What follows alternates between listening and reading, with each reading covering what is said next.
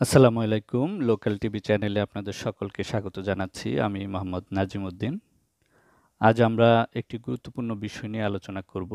বিষয়টি হচ্ছে ইউনিয়ন পরিষদের সচিব পদ এবং ইউনিয়ন পরিষদ প্রশাসনিক কর্মকর্তা।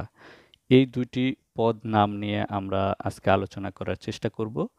এখানে শুরুতে আমরা ইউনিয়ন পরিষদের সচিব পদটি নিয়ে যদি কথা বলি, তাহলে আমরা এই পদটি সাধারণত আমাদের ইউনিয়ন পরিষদ যে একটি গুরুত্বপূর্ণ প্রতিষ্ঠান, এই প্রতিষ্ঠানটি আপনারা জানেন যে দীর্ঘ সময়ের পুরনো একটি প্রতিষ্ঠান এবং এই প্রতিষ্ঠানটি আমরা বলে থাকি যে আইনগত একটি ভিত্তি হচ্ছে ১৮৭০ সালের গ্রাম চৌকিদারি আইনের মাধ্যমে আইনগত একটি ভিত্তি এটা প্রতিষ্ঠিত হয়েছে।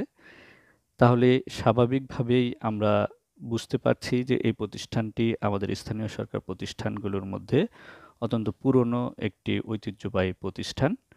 এই প্রতিষ্ঠানে কর্মরত সাচিবিক দায়িত্ব প্রদানের মাধ্যমে পরিষদকে সহযোগিতা করার জন্য যে পদটি আছে সেটি হচ্ছে ইউনিয়ন পরিষদ সচিব পদ। এই পদটি মূলত ১৯৫৯ সালের মৌলিক গণতন্ত্র যে আদেশ জারি হয়েছিল, সে আদেশের ক্ষমতা বলে এই পদটির সৃষ্টি হয়।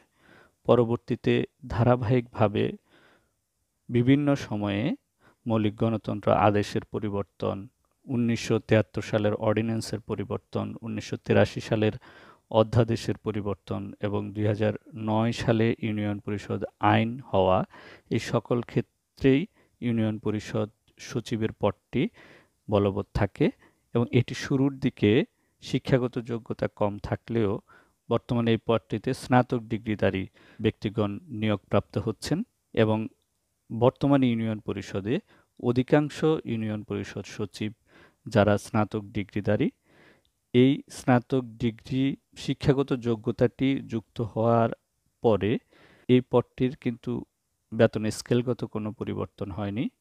পদের নামেরও কোনো পরিবর্তন হয়নি। এটি দীর্ঘদিন যাবৎ ইউনিয়ন পরিষদ সচিবদের একটি চাহিদা ছিল যে পদ নাম পরিবর্তন হোক অথবা তাদের যেই বেতন গ্রেড আছে সেটি উন্নীত করা হোক। এটি নিয়ে তারা দীর্ঘদিন যাবৎ বিভিন্ন ফোরামে আলোচনা করছেন, সরকারের কাছে আবেদন নিবেদনও করছেন। এই কাজটি প্রক্রিয়াধীন আছে। তবে এর মধ্যে একটি বিষয় আলোচনায় চলে আসে, বিশেষ করে মন্ত্রিপরিষদ বিভাগ থেকে, যে মন্ত্রণালয়ের যে পদ নামগুলো আছে, সেই পদ নামগুলো দেখা যায় যে অনেক প্রতিষ্ঠানে সেই পদ নামগুলো ব্যবহার করেন।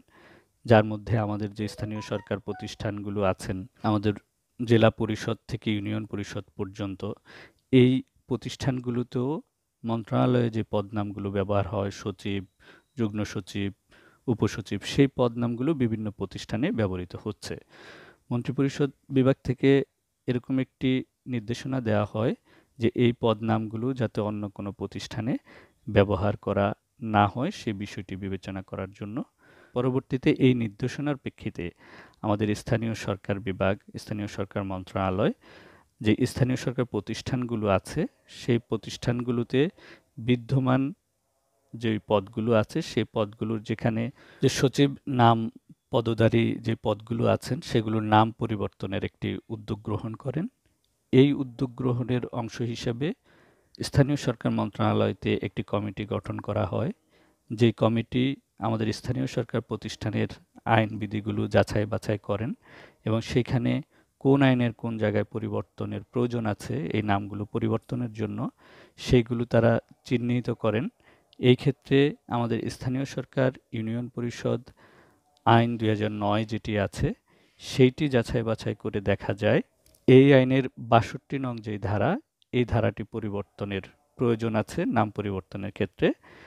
এভাবে স্থানীয় সরকারের যতগুলো প্রতিষ্ঠান আছে, সবগুলো প্রতিষ্ঠানেরই নাম পরিবর্তনের ক্ষেত্রে যে ধারাটির পরিবর্তন করা দরকার, সেটি উল্লেখ করে স্থানীয় সরকার বিভাগের গঠিত কমিটি একটি সুপারিশ তৈরি করেন এবং সেই সুপারিশে তারা একটি পদ নামও প্রস্তাব করেন।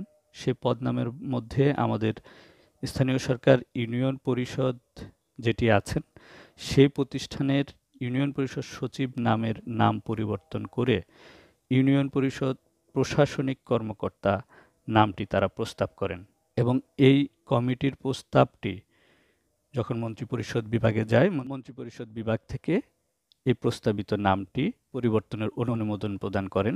এ বিষয়ে মন্ত্রিপরিষদ বিভাগের অনুমোদনের প্রেক্ষিতে স্থানীয় সরকার মন্ত্রণালয়, বিশেষ করে স্থানীয় সরকার বিভাগ, সংশ্লিষ্ট যেই মন্ত্রণালয়ের শাখা আছেন সেই শাখাগুলোকে একটি পত্র প্রদান করেন যে এই পদ নামগুলো পরিবর্তনের একটি উদ্যোগ গ্রহণের জন্য, এবং স্থানীয় সরকার বিভাগ থেকে যখন এই অর্ডারটি জারি করেন সংশ্লিষ্ট শাখায়, তারা এই বিষয়ে উদ্যোগ গ্রহণের জন্য, অর্থাৎ সংশ্লিষ্ট শাখা পদ নামগুলো পরিবর্তনের জন্য আইনবিধির যে পরিবর্তনের প্রয়োজন হবে সেটি করার জন্য সংশ্লিষ্ট যে দপ্তরগুলো আছেন, জনপ্রশাসন মন্ত্রণালয় কিংবা আইন মন্ত্রণালয় কিংবা অর্থ মন্ত্রণালয়, তা যাদের যাদের সম্মতির প্রয়োজন হবে তাদের সাথে এবার পত্র বিনিময় করে এটি সংশোধনের উদ্যোগ গ্রহণ করবেন।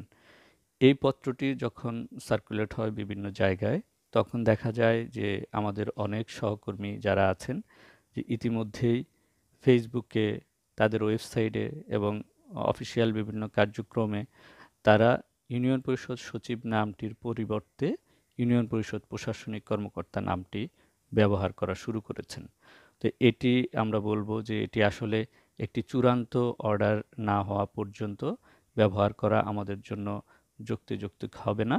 যখন এটি মন্ত্রণালয়, অন্যান্য মন্ত্রণালয় দপ্তরের সাথে সমন্বয় সাধন করে আইনবিধির প্রয়োজনীয় সংযোজন করে যখন চূড়ান্ত একটি অর্ডার জারি করবেন, তারপরে আমরা এটি ব্যবহার করতে পারবো। তো এই বিষয়ে আমাদের সকলেরই সতর্ক থাকা প্রয়োজন। তারপরেও আমরা আশা করছি যে এটি দ্রুত সময়ের মধ্যে একটি চূড়ান্ত নির্দেশনা আমাদের জন্য, আমাদের প্রতিষ্ঠানগুলোর জন্য আসবে। তো সেই জায়গা থেকে আমরা যদি আগেই একটু ধারণা নেই যে একজন প্রশাসনিক কর্মকর্তা হলে মূলত প্রশাসনিক কর্মকর্তা কি দায়িত্ব কর্তব্যগুলো থেকে থাকে, সেটি আমরা একটু আলোচনা করব। একজন প্রশাসনিক কর্মকর্তা মূলত তিনি প্রশাসনিক কার্য পরিচালনায়, একটি প্রতিষ্ঠানের প্রশাসনিক কার্য পরিচালনায় সার্বিক সহযোগিতা প্রদান করবেন। প্রতিষ্ঠানের গৃহীত যে কার্যাবলী কিংবা এই রিলেটেড যে তথ্য উপাত্তগুলো আছে সেই বিষয়গুলো সংশ্লিষ্ট যারা আছেন তাদেরকে অবগত করেন। কর্মকর্তা কর্মচারীদের যে বার্ষিক গোপনীয় প্রতিবেদন আছেন সেটি তিনি হালনাগাদ করেন এবং তার কাছে সংরক্ষিত রাখেন, এবং যখন প্রয়োজন হয় তখন ঊর্ধ্বতন কর্তৃপক্ষের কাছে সেটি উপস্থাপন করেন। প্রশাসনিক যেই আদেশ নির্দেশগুলো থাকে সেগুলো বাস্তবায়ন, নিয়োগ বদলির আদেশগুলো নিশ্চিতকরণ, এবং বিভিন্ন সময় সদর দপ্তর থেকে, মন্ত্রণালয় বা অন্য কোনো প্রতিষ্ঠান থেকে যখন কোনো বিশেষ চাহিদা থাকে সেই চাহিদা অনুযায়ী তথ্য প্রদান তিনি করে থাকেন। প্রতিষ্ঠানের ভূমি সংক্রান্ত যেই দলিল দস্তাবেজগুলো থাকে, রেকর্ড, এইগুলোকে তিনি সংরক্ষণ করেন এবং এই বিষয়ে যথাসময়ে যে ভূমি উন্নয়ন কর, খাজনা, এগুলো পরিশোধের তিনি উদ্যোগ গ্রহণ করে থাকেন। কোনো প্রতিষ্ঠানে যদি আলাদা প্রধান অফিস থাকে তাহলে প্রধান অফিসের যে আদেশ নির্দেশগুলো আছেন সেই আদেশ নির্দেশগুলো অনুযায়ী প্রয়োজনীয় তথ্য উপাত্ত প্রধান অফিসে উপস্থাপন করেন, প্রেরণ করার ব্যবস্থা গ্রহণ করেন। প্রতিষ্ঠানের বিশেষ স্বার্থ সংশ্লিষ্ট বিষয়ে যদি ব্যাঘাত ঘটে থাকে তাহলে সেই বিষয়ে স্থানীয় পর্যায়ে যে আইন শৃঙ্খলা রক্ষাকারী কর্তৃপক্ষ আছেন তাদের সাথে যোগাযোগ রক্ষা করেন, এই বিষয়টি সমাধান করার চেষ্টা করেন। মূলত বড় দাগে এই কাজগুলো করে থাকেন। আমাদের ইউনিয়ন পরিষদের যারা ইউনিয়ন পরিষদ সচিব আছেন তারা এক কথায় আইন অনুযায়ী সাচিবিক দায়িত্ব পালন করেন, অর্থাৎ ইউনিয়ন পরিষদের সামগ্রিক কার্যক্রমগুলোতে তাদের অংশগ্রহণ থাকে, প্রশাসনিক কার্যক্রমগুলোতে অংশগ্রহণ থাকে, উন্নয়নমূলক কার্যক্রম সিদ্ধান্ত গ্রহণ প্রক্রিয়ায় তাদের অংশগ্রহণ থাকে। তো এই নামটি পরিবর্তন করে যদি ইউনিয়ন পরিষদ প্রশাসনিক কর্মকর্তা করা হয় তাহলে সেই ক্ষেত্রে দায়িত্ব কর্তব্যের বিষয়ে হয়তো একটি নির্দেশনা থাকবেন। যদি বিশেষ কোনো নির্দেশনা সেই ক্ষেত্রে যুক্ত না হয় তাহলে ইউনিয়ন পরিষদ সচিব হিসেবে যেই দায়িত্বগুলো পালন করছেন প্রশাসনিক কর্মকর্তা হিসেবেও সেই সব দায়িত্বগুলো তিনি পালন করবেন, যার মধ্যে উল্লেখযোগ্য কিছু দায়িত্ব কর্তব্যের কথা আমরা এখানে আলোচনা করেছি। এই দায়িত্ব কর্তব্যগুলোও একজন ইউনিয়ন পরিষদ সচিব প্রশাসনিক কর্মকর্তা হলে তিনি সেই দায়িত্বগুলো পালন করবেন। তো আজকের ভিডিওটি থেকে আমরা আশা করছি যে আপনারা উপকৃত হবেন এবং যতক্ষণ না চূড়ান্ত একটি আদেশ জারি হয় ততক্ষণ পর্যন্ত আমরা এই নামটি ব্যবহারের ক্ষেত্রে সবাই সহনশীল থাকব এবং এটি ব্যবহারের ক্ষেত্রে সবাই নিজ নিজ জায়গা থেকে সতর্ক থাকব। তো আশা করি আমাদের পরবর্তী ভিডিও পর্যন্ত আপনারা আমাদের সাথে থাকবেন এবং এই চ্যানেলটিকে সাবস্ক্রাইব করবেন, ভিডিওটিকে বেশি বেশি শেয়ার করবেন। আজকে এ পর্যন্ত। আপনাদের সবাইকে ধন্যবাদ। আল্লাহ হাফেজ।